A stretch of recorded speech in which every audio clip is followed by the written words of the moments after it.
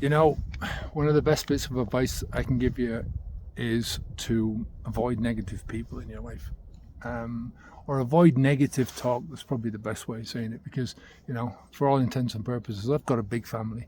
And there's some members of my family who I just don't listen to in general because they're negative and I don't want to listen to the negativity. I don't want to listen to the doom and gloom, to the pessimism. Not many members, right? I'm pretty fortunate that way. But in general, avoid negative stuff from people. There's a lot when you stop drinking alcohol. They'll see your journey and they don't necessarily see what you're doing as a threat, but they see the idea as a threat. You're at a position where you're trying to change things in your life, and maybe stopping drinking alcohol, stopping the flow of alcohol is one of those things. And as you stop the flow and you start to do the work on yourself and you start to improve, then it shines a light on their drinking, or their bad behaviors, their bad habits. And as a way of either deflecting it or bolstering up their own cognitive dissonance, they will then try and convince you that what you're doing is wrong. And that's negativity, It comes out in all kinds of ways, What are you doing? Moderation, everything in moderation. A couple of drinks is not bad.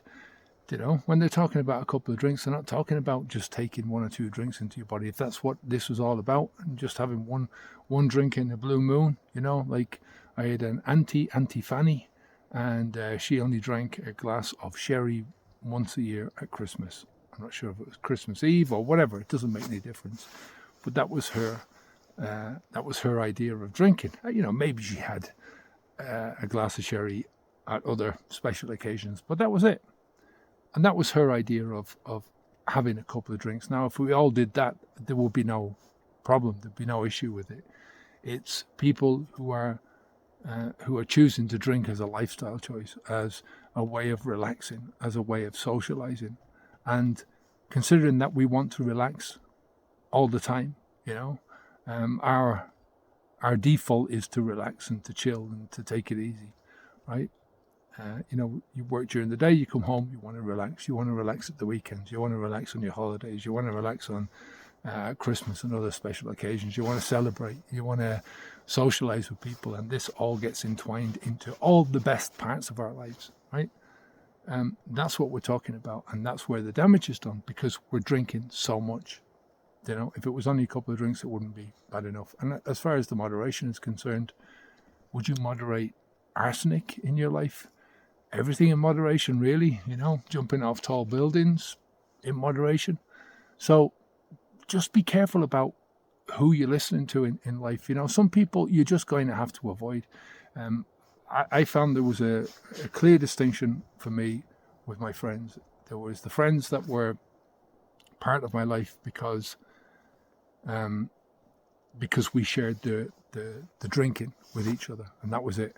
And then there was other friends who, they were friends in my life, they were family members, mostly family members for me, in all fairness. But I had a couple of friends who, I was Land Rover enthusiast, for instance, or guys that I went fishing with, or different things like that. But I had more in common with them than the alcohol. And the people who I only had the alcohol in common with, they were gone very quickly out of my life. And that's okay, it just happens. It's a natural thing.